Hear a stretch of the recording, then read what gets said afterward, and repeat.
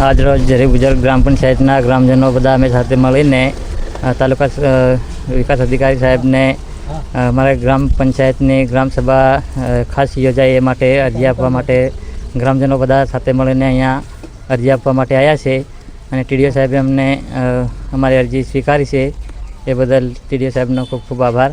અને અમે અહીંયા બધા આખા ઝરી બુજુર્ગના 2011ની વસ્તી પ્રમાણે 14,329ની વસ્તી છે.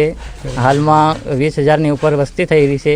એટલે અમારે બધા ગ્રામજનોનો કહેવું છે કે ઝરી બુજુર્ગ ગામનું વિભાજન થાય એ માટે અમે બધા અહીંયા 1,000થી ઉપર માણસો બધા સાથે મળીને અરજી આપવા માટે આવ્યા છે. ઝરી બુજુર્ગના ગ્રામવાસીઓ બધા. આપનું નામ? ઘણા પરેશકુમાર લીંબાભાઈ, ઝરી બુજુર્ગ 2 તાલુકા સભ્ય છે.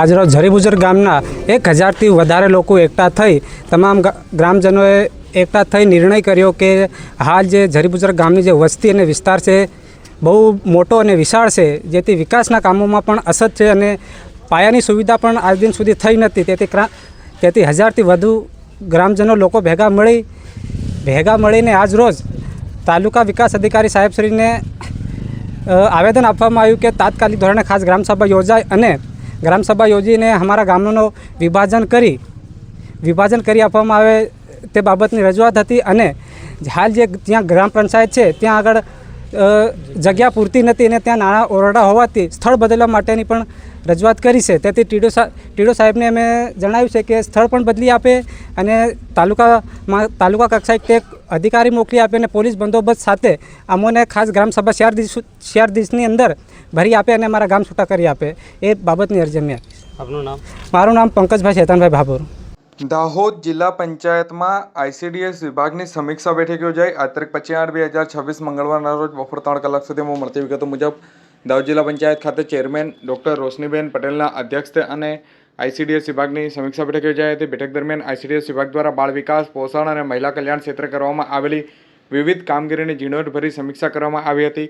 ચેરમેન ડૉક્ટર રોશનીબેન પટેલ દ્વારા ગ્રામીણ અને ક્ષેત્રીય સ્તરે નિષ્ઠાપૂર્વક કામગીરી કરી રહેલા અધિકારીઓ અને કર્મચારીઓની સેવાને બિરદાવી હતી. તેમણે જણાવ્યું હતું કે બાળકો તેમજ સગર્ભા અને ધાત્રી માતાઓ સુધી સરકારની યોજનાઓનો મહત્તમ લાભ સમયસર અને અસરકારક રીતે પહોંચે તે માટે મુખ્ય પ્રાથમિકતા છે. આગામી સમયમાં પણ તમામ કર્મચારીઓને વધુ ઉત્સાહ, પારદર્શિકતા અને જવાબદારીપૂર્વક ફરજો નિભાવવા માટે જરૂરી દિશા નિર્દેશો આપવામાં આવ્યા હતા. બેઠકના અંતે ICDS વિભાગની કામગીરીને વધુ સુદૃઢ, ગુણવત્તાસભર અને પરિણામલક્ષી બનાવવા અંગે મહત્વપૂર્ણ સૂચનો પણ આપવામાં આવ્યા હતા. ઝાલોદમાં સ્વચ્છતાના દાવા સામે સવાલ. ઓમકારેશ્વર મહાદેવ મંદિર પાછળ ગંદકીથી ભક્તો પરેશાન. તારીખ 25/8/2026 મંગળવારના રોજ બપોરે 1 કલાક સુધીમાં મળતી વિગતો અનુસાર ઝાલોદ નગરમાં તાલુકા પંચાયત કચેરી સામે આવેલા ઓમકારેશ્વર મહાદેવ મંદિર પાછળ ગંદકી અને જર્જરિત મકાનોના કારણે ભક્તો અને સ્થાનિકોમાં નારાજગી જોવા મળી છે. હાલ શ્રાવણ માસ ચાલી રહેલો છે અને મોટી સંખ્યામાં ભક્તો ભગવાન ભોળાનાથના દર્શન કરવા માટે, પૂજા કરવા માટે મંદિર જતા હોય છે. જોકે મંદિરની આસપાસ ગંદકી, કાદવ અને પાણીના ખાબોચિયા અને દુર્ગંધના કારણે દર્શનાર્થીઓને ભારે મુશ્કેલીનો સામનો કરવા પડી રહ્યો હોવાની ફરિયાદો ઉઠવા પામી છે. મંદિરની પાછળ તાલુકા પંચાયતના જૂના ક્વાર્ટર્સ આવેલા છે, જે હાલ જર્જરિત અને ખંડેર હાલતમાં જોવા મળી રહ્યા છે.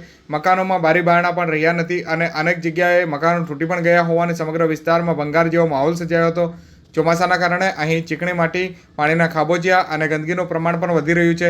સ્થાનિકોના જણાવ્યા મુજબ વિસ્તારમાં ખુલ્લામાં શૌચક્રિયાની પણ ફરિયાદો ઉઠી છે, જેના કારણે મંદિર આસપાસ અસ્વચ્છતા અને દુર્ગંધ ફેલાઈ રહી છે.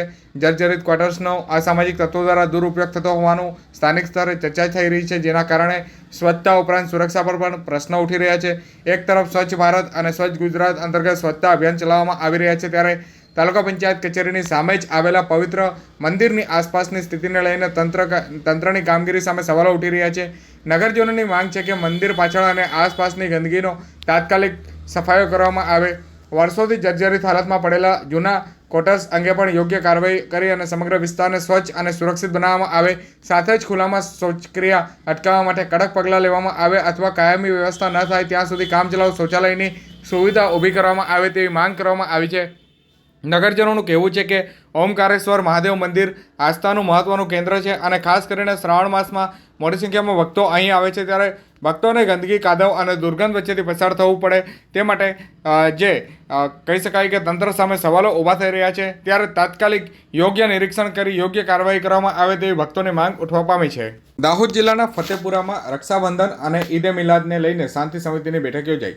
આ તારીખ 25/8/2026 મંગળવારના રોજ સવારે 11 કલાક સુધીમાં મળતી વિગતો મુજબ દાહોદ જિલ્લાના ફતેપુરા નગરમાં રક્ષાબંધન અને ઈદ મિલાદના તહેવારને અનુલક્ષીને ફતેપુરા પોલીસ મથકે શાંતિ સમિતિની બેઠક યોજાઈ હતી. બેઠક પોલીસ ઇન્સ્પેક્ટર P.A. જાડેજાના માર્ગદર્શન હેઠળ યોજાઈ હતી. તેમાં પોલીસ સબ ઇન્સ્પેક્ટર R.V. રાઠોડની ઉપસ્થિતિમાં જે સમગ્ર કાર્યક્રમ યોજાયો હતો. બેઠકમાં ફતેપુરા નગરના હિન્દુ અને મુસ્લિમ સમાજના આગેવાનો તથા અગ્રણીઓ ઉપસ્થિત રહ્યા હતા. પોલીસ અધિકારીઓ દ્વારા બંને તહેવારો શાંતિપૂર્ણ અને ભાઈચારાના માહોલ વચ્ચે ઉજવાય અને સમાજમાં જે સમરસતા અને એકતા જળવાઈ રહે તે માટે અપીલ કરવામાં આવી હતી. તહેવારો દરમિયાન કાયદો અને વ્યવસ્થા જળવાઈ રહે તેમજ પરસ્પર સૌહાર્દ અને શાંતિપૂર્ણ વાતાવરણ પણ જળવાઈ રહે તે માટે સૌને સહકાર આપવા માટે પોલીસ દ્વારા અપીલ કરાઈ હતી. બેઠકમાં ઉપસ્થિત સમાજના આગેવાનોએ પણ શાંતિ અને એકતાના માહોલમાં તહેવારની ઉજવણી કરવામાં આવશે અને પોલીસને જરૂરી સહકાર આપવાની પણ ખાતરી વ્યક્ત કરવામાં આવી છે.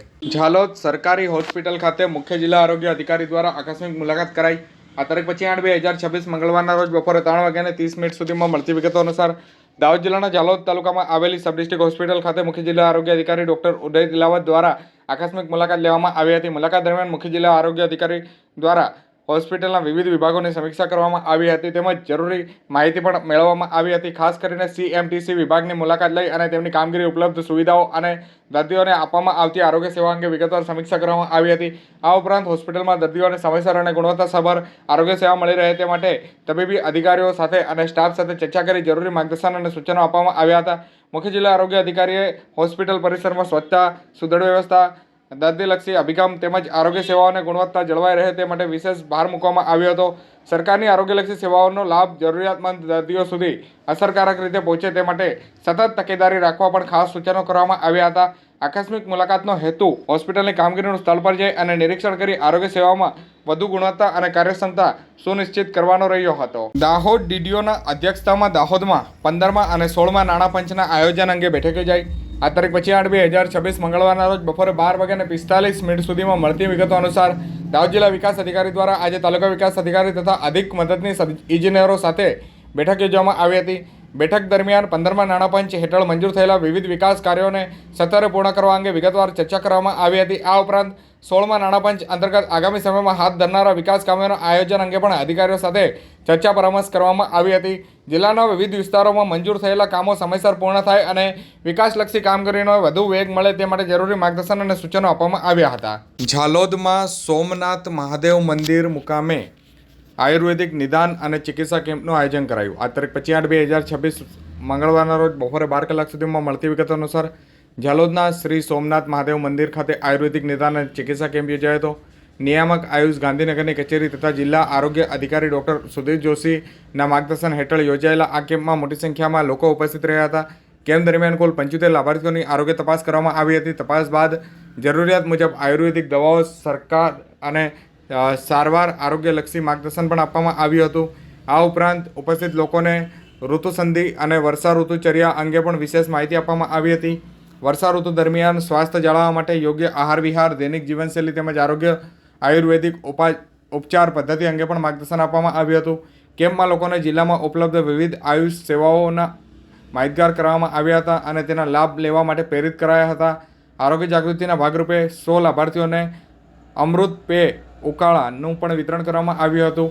કેમ્પ દરમિયાન સરકારી આયુર્વેદિક દવાખાના છાસિયા તાલુકો ઝાલોદના જે વેદ અલકાબેન B. બારિયા દ્વારા આરોગ્યલક્ષી સેવાઓ અને માર્ગદર્શન પણ આપવામાં આવ્યું હતું. ઝાલોદ તાલુકાના પોષણ ઉત્સવ અંતર્ગત પોષણ વાનગી હરીફાઈ યોજાઈ. આ તારીખ 25/8/2026 મંગળવારના રોજ બપોરે 1:45 સુધીમાં આપેલ માહિતી અનુસાર ઝાલોદ તાલુકા ઘટક 1માં સમાવેશ સેજામાં પોષણ ઉત્સવ અંતર્ગત પોષણ વાનગી હરીફાઈનું આયોજન કરાયું હતું. હરીફાઈની મુખ્ય હેતુ બાળકો, મહિલાઓ અને સમગ્ર સમાજમાં પોષણયુક્ત અને સંતુલિત આહાર અંગે જાગૃતિ ફેલાવવાનો રહ્યો હતો. હરીફાઈ દરમિયાન મિલેટ તેમજ TADમાંથી વિવિધ પ્રકારની પોષણયુક્ત અને સ્વાસ્થ્યવર્ધક વાનગીઓ તૈયાર કરવામાં આવી હતી અને તેને રજૂ કરાયું હતું. આંગણવાડી કાર્યકર બહેનોએ ઉત્સાહપૂર્વક ભાગ લઈ સ્થાનિક સ્તરે સરળતાથી ઉપલબ્ધ સામગ્રીમાંથી વિવિધ પૌષ્ટિક વાનગીઓ બનાવી અને પોષણના મહત્વનો સંદેશ પહોંચાડ્યો હતો.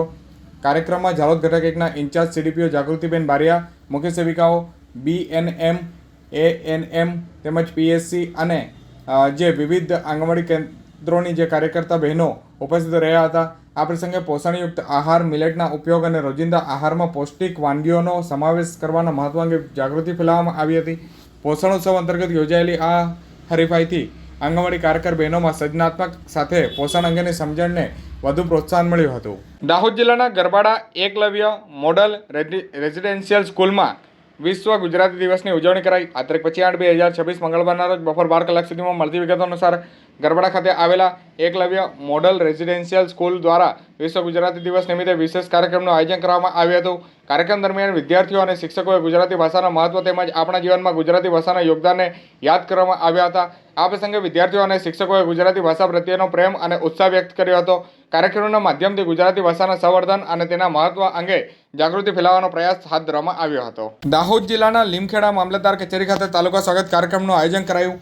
આ તારીખ 25/8/2026 મંગળવારના રોજ બપોરે 2:30 સુધીમાં મળતી વિગતો મુજબ લીમખેડા મામલતદાર કચેરી ખાતે પ્રાંત અધિકારીના અધ્યક્ષસ્થાને તાલુકા સ્વાગત કાર્યક્રમનું આયોજન કરાયું હતું. કાર્યક્રમ દરમિયાન વિવિધ અરજદારો દ્વારા રજૂ કરવામાં આવેલા વિવિધ વિભાગના પ્રશ્નોને સાંભળવામાં આવ્યા હતા અને અધિકારીઓ દ્વારા જે અરજદારોના પ્રશ્નો અંગે જરૂરી ચર્ચા કરી તેમના પ્રશ્નો હકારાત્મક નિકાલ કરવામાં આવ્યો હતો. તાલુકા સ્વાગત કાર્યક્રમના માધ્યમથી નાગરિકોને રજૂઆતનો સમયસર નિકાલ થાય અને તેમને સરકારી સેવાનો સરળતાથી લાભ મળી રહે તે માટેની જરૂરી કાર્યવાહી કરવામાં આવી હતી.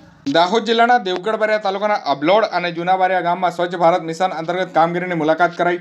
આ તારીખ 25/8/2026 મંગળવારના રોજ સાંજે 4 કલાક સુધીમાં મળતી વિગતો અનુસાર દેવગઢ બારિયા તાલુકાના અબલોડ ગામમાં સ્વચ્છ ભારત મિશન ગ્રામીણ અંતર્ગત નિર્માણ પામેલા શોકપીટ અને સામૂહિક કમ્પોસ્ટ પીટની નાયબ નિયામક દ્વારા મુલાકાત કરવામાં આવી હતી. મુલાકાત દરમિયાન બંને સુવિધાઓની કામગીરી અને ઉપયોગ અંગે સ્થળ પર માહિતી મેળવવામાં આવી હતી. આ ઉપરાંત દેવગઢ બારિયા તાલુકાના જૂના બારિયા ગામમાં સ્વચ્છ ભારત મિશન ગ્રામીણ યોજના અંતર્ગત નિર્માણ પામેલા ગોબરધન ફ્લેક્સી બાયોગેસ પ્લાન્ટની પણ મુલાકાત લેવામાં આવી હતી. નાયબ નિયામક દ્વારા બાયોગેસ પ્લાન્ટના લાભાર્થી સાથે મુલાકાત કરી યોજનાઓનો લાભ અને પ્લાન્ટના ઉપયોગ અંગે માહિતી મેળવવામાં આવી હતી. આ મુલાકાત દરમિયાન સ્વચ્છતા કચરા વ્યવસ્થાપન અને વૈકલ્પિક ઉર્જાના ઉપયોગને પ્રોત્સાહન આપતી વિવિધ કામગીરીની સ્થળ પર સમીક્ષા કરવામાં આવી હતી. Dahod town B division police station મથકે ઈદે મિલાદને લઈને શાંતિ સમિતિની બેઠક યોજાઈ. આ તારીખ 25/8/2026 મંગળવારના રોજ બપોરે 1:20 સુધીમાં મળતી વિગતો અનુસાર Dahod town B division police station મથકે આગામી 26 ઓગસ્ટ 2026ના રોજ મુસ્લિમ સમુદાયના ઈદે મિલાદ તહેવારને અનુલક્ષીને શાંતિ સમિતિની બેઠકનું આયોજન કરાયું હતું. પોલીસ ઇન્સ્પેક્ટરના અધ્યક્ષસ્થાને યોજાયેલી બેઠકમાં પોલીસ સ્ટેશન વિસ્તારના હિન્દુ અને મુસ્લિમ સમાજના અગ્રણીઓ ઉપસ્થિત રહ્યા હતા. બેઠક દરમિયાન ઈદે મિલાદનો તહેવાર શાંતિપૂર્ણ અને ભાઈચારાના વાતાવરણમાં ઉજવાય તેમજ તહેવાર દરમિયાન કાયદો અને વ્યવસ્થા જળવાઈ રહે તે અંગે જરૂરી ચર્ચા પણ કરવામાં આવી હતી. પોલીસ દ્વારા સમાજના આગેવાનોને પરસ્પર સૌહાર્દ જાળવી રાખવા અને તહેવારની ઉજવણી કરવા અને કાયદો અને વ્યવસ્થા જાળવવામાં પોલીસને સહકાર આપવા માટે અપીલ પણ કરવામાં આવી હતી.